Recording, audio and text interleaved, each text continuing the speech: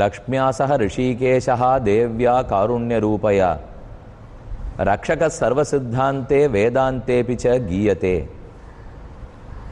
லக்ஷ்மி தந்திரம் என்னும் நூலில் மகாலட்சுமியினுடைய பெருமை கூறப்படுகிறது. பகவான் ஸ்ரீமன் நாராயணன் தனித்து யாரையும் காப்பாற்றுவதில்லை. லக்ஷ்மியோட கூடியே பகவான் அனைவரையும் ரட்சிக்கிறான். நாம் எந்த திருக்கோயிலுக்கு சென்றாலும் முதலில் பிராட்டியை நாச்சியாரை சேவித்து கொண்டு அவளிடத்தில் அனுமதி பெற்றுக்கொண்டே பெருமானுடைய சன்னதிக்கு செல்வது வழக்கம். தற்போதும் அதே முறையை கடைப்பிடிப்போம். சென்னை தாம்பரத்தில் இருக்கும் ராமாஞ்சநேயர் சன்னதி, உள்ளே நுழைந்து ஆஞ்சநேய சுவாமியை சேவித்துக் கொண்டோம். அங்கேயே 2 திருமூர்த்திகள் உள்ளார்கள். அதே மண்டபத்தில் பெருமானுக்கு நேரே கருடன் எழுந்துள்ளி இருக்கிறார். அவரை பெரிய திருவடி என்று கொண்டாடுகிறோம். அருகில் ஆஞ்சநேயர் உள்ளார். இந்த திருக்கோயிலில் இவர்கள் இருவரும் எவ்வளவு அருகாமையில் உள்ளார்கள்.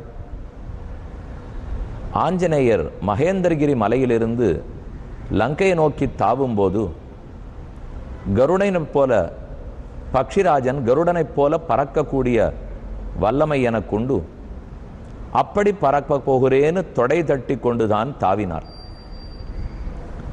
அந்த கருடனையும் பக்கத்தில் ஆஞ்சநேயரையும் சேவித்துக் கொண்டோம். ஒருத்தரை பெரிய திருவடி என்னும் மற்றொருத்தரை திருவடி என்னும் வைணவ மரபில் கூறுவார்கள். பிராகாரத்தை வலம் வருகிறோம். மகாலட்சுமி தாயாருடைய சந்நிதி. இவள் அருகே இருந்தால்தான் ராமன் ரட்சிக்கிறான். இல்லையேல் ராமனுடைய கோபத்தை யார் தவிர்ப்பது? ராமாயணத்தில் எங்கு புரட்டினாலும் சீதை அருகில் இருந்தால் ராமன் காப்பான். சீதை அருகில் இல்லாவிடில் ராமன் தண்டிக்கிறான்.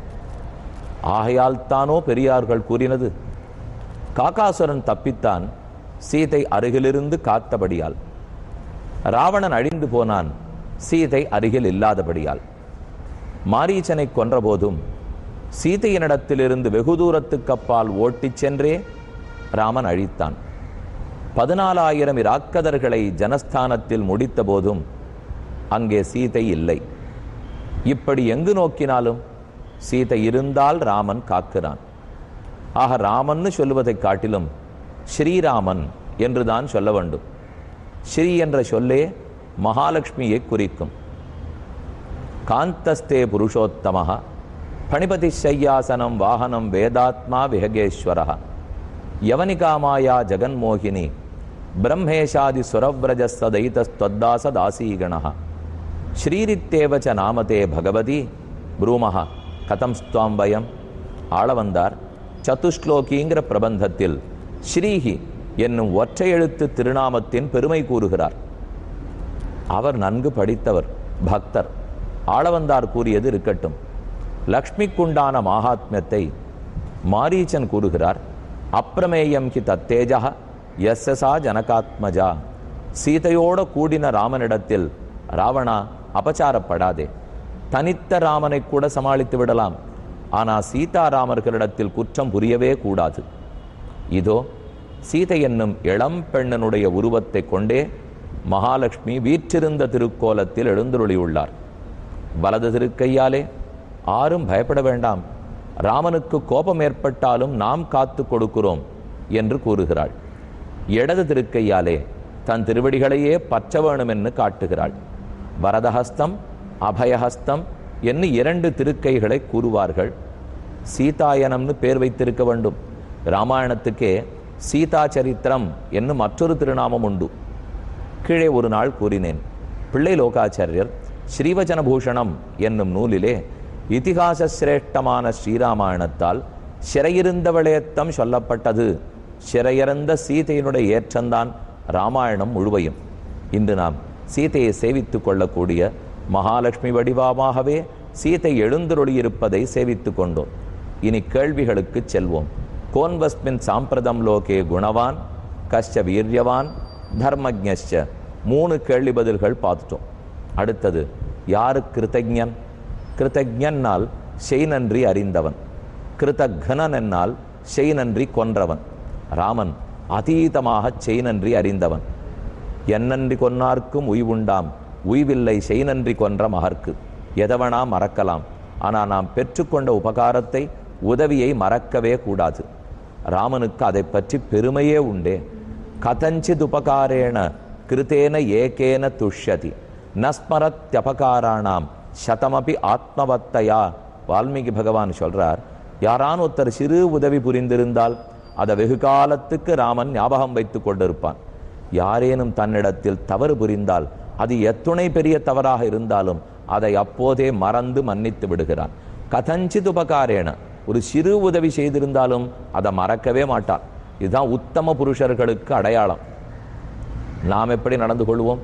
ஆரேனும் பெருத்த உதவி செய்திருந்தாலும் உடனே மறப்போம், என்ன பெரிசாக செய்துவிட்டார் என்று தள்ளிவிடுவோம். ஆனால் சிறு குற்றம் புரிந்திருந்தாலும் அதை 10-15 ஆண்டுகளுக்கு மறக்க மாட்டோம். நேர் எதிர் ராமனுடைய குணம். என்ன உதவி செய்தாலும் மறக்காமல் இருக்கிறான். கதஞ்சித் உபகாரேன கிருத்தேன ஏகேன துஷ்யதி. விபீஷணனை பற்றி கூறுகிறார்கள். திருப்புல்லாணி ராமேஸ்வரத்துக்கு விபீஷணன் வந்தான். ராமன் இனி கடலிலே அணை கட்டி தாண்ட வேண்டும். விபீஷணன் ராமன் திருவடிகளிலே விழுந்து, என்னை காப்பாயா, பிராட்டிய பிரித்த பாபியனுடைய தம்பியாயிற்றே யான் என்று கதறினான். அப்போது ராமன் விபீஷணனை பார்த்து, நான் கிடைப்பேனான்னு நீ கதறுகிறாய் விபீஷணா, உன்னை போன்ற ஒரு பக்தன் கிடைப்பானான்னு நான் விழித்து கொண்டிருக்கிறேன். நான் இவ்வளவு தூரம் வந்ததற்கு தெரியுமோ? இருந்த இடத்திலிருந்தே ராவணனை அழிக்கக்கூடிய வல்லமை எனக்கு உண்டு.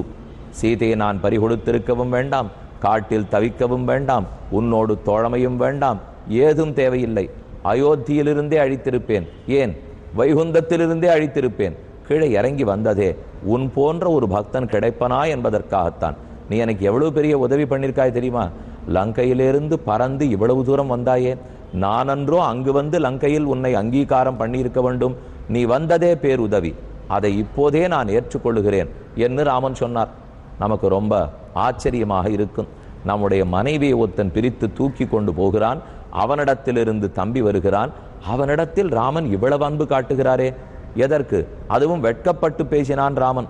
நான் வந்து உன்னை கை கொண்டிருக்க வேண்டும், ஆனா உன்னை போய் இவ்வளவு தூரம் நடக்க வைத்தேன், அந்த நடந்த நடைக்கு நான் என்ன கைமாறு செய்ய போகிறேனோ? அப்ப சிறு உதவி புரிந்தாலும் ராமன் மறப்பதே கிடையாது. இது சரி. ஆனால் அதில் குறை சந்தேகம் வருமே. நம்முடைய மனம் எப்போதும் சந்தேகப்படும் மனம். எப்பேற்பட்ட ராமனாக இருந்தாலும் சந்தேகப்படும்.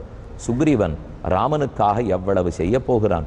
சுக்ரீவனுடைய தோழமை கொண்டு அவன் உதவியால் தானே ராமன் சீதையை தேட போக வேண்டும். அப்படி இருக்கிறச்சே அவன் 4 மாசம் மால்யவான்னு ஒரு மலை, கிஷ்கிந்தைக்கு ஹாஸ்பெட் ஹம்பி, அது பக்கத்தில் போனால் கிஷ்கிந்தா ராஜ்யம் உள்ளது, இன்னைக்கும் சேவித்து கொள்ளலாம். அங்கே மால்யவான்கிற மலை, எல்லா குரங்குகளும் தேட புறப்பட்டு இருக்க வேண்டும். ஆனால் அது முடியாமல் மழைக்காலம் வந்தது. 4 மாசம் கழித்து தான் தேட போக முடியும். அதற்காக ராமன் மலைக்குகையில் காத்திருந்தான்.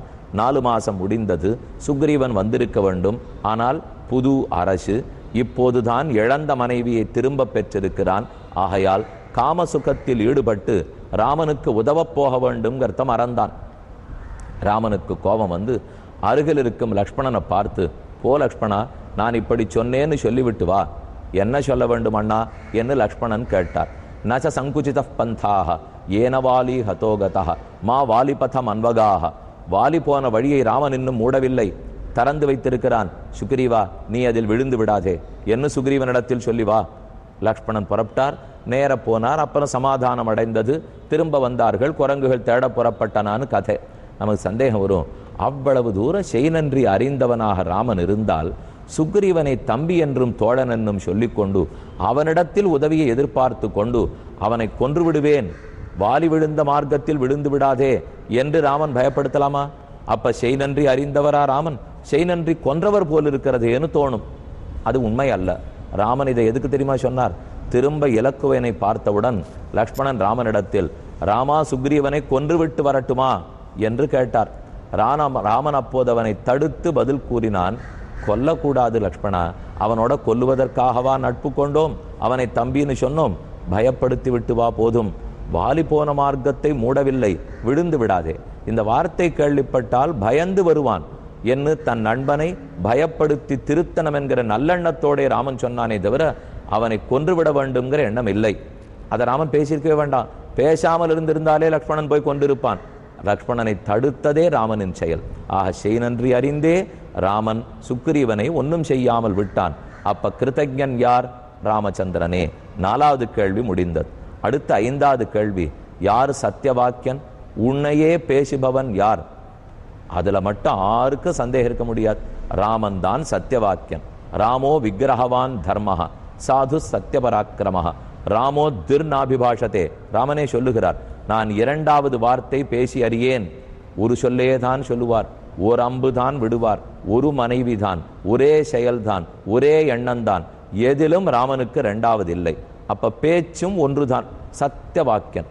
கஹா சத்தியவாக்கியா? ராமஹா ஏவ சத்தியவாக்கியா. எப்போதும் உண்மையே பேசப் போபவர். அனுதன்னோக்த பூர்வமே நச்சவக்ஷே கதாச்சன. இப்போதும் பங்குனி மாசம் உத்தரத்தில் நம்பெருமாளுக்கும் தாயாருக்கும் சேர்த்தி நடக்கும் போது ராமனாகவே எழுந்தருளி இருக்கும் திருவரங்கநாதன் நம்பெருமாள்.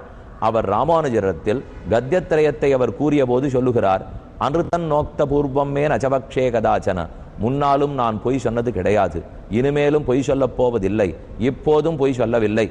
ஆக எப்போதும் ராமன் பொய் பேசினதே கிடையாது. இது உண்மை. சத்தியவாதீச்ச ராகவ, பிரியவாதீச்ச ராகவ, மஞ்சுபாஷீச்ச ராகவ. ராகவன் பேச ஆரம்பித்தால் சத்தியம் மட்டும்தான் பேசுவார், பிரியமானதைத்தான் பேசுவார், மெதுவாத்தான் பேசுவார்.